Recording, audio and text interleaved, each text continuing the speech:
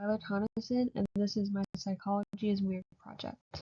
The topic I researched was the self-serving bias. The self-serving bias is when an individual attributes positive outcomes to internal or personal factors and attributes negative outcomes to external or situational causes. A good example of this is when an athlete wins a match and they think it is because of their skill and dedication, but if they lose the match, they think it is because of poor weather or their tight shoes.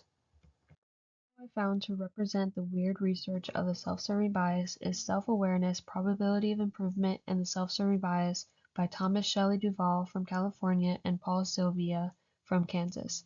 In the research article, they studied how high self-awareness increases the likelihood of attributing success to oneself. They also studied how failures are attributed to depending on perceived chances of improvement. These affect people's self-esteem. Duvall and Sylvia used lab experiments to study this topic. The participants were all males in introductory psychology programs. The researchers used self-focused manipulations, performance tasks, attribution measures, and probability of improvement manipulations. In experiments, they found that self-awareness reduces the self-serving bias, but only under certain conditions. Perceived probability of improvement is crucial, and self-awareness leads to self-evaluation against internal standards. This research study is considered weird. It was conducted in the U.S., reflecting Western cultures. They used educated college students as participants. The U.S. universities are industrialized with access to advanced research facilities. The participants are from relatively rich economies compared to the global population. And finally, the U.S. is a democratic country allowing for personal responsibility and agency. The article I found to represent the non-weird research of the self-serving bias is Self-Serving in Memories, Selectively Forgetting the Connection Between Negative Information and the Self by multiple researchers in China.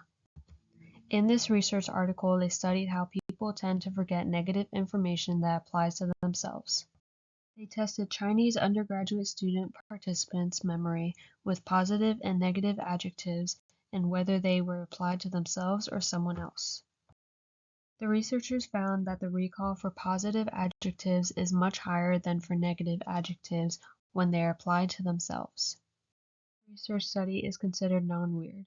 This is because it was done in China, which is not a Western country, it is Eastern.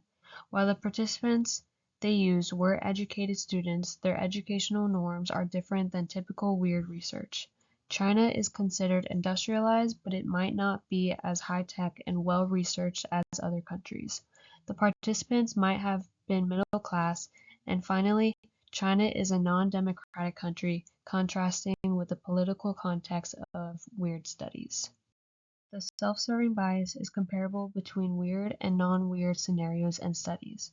Western countries like North America are considered individualistic, meaning they focus on the success of themselves rather than others, whereas Eastern countries like China are more likely to be collectivistic, where they focus on the group success more. The individualistic seek to boost personal self-esteem, and the collectivists seek to maintain group harmony. And here are my sources. Thank you for watching my presentation on the self-serving bias in weird and non-weird studies.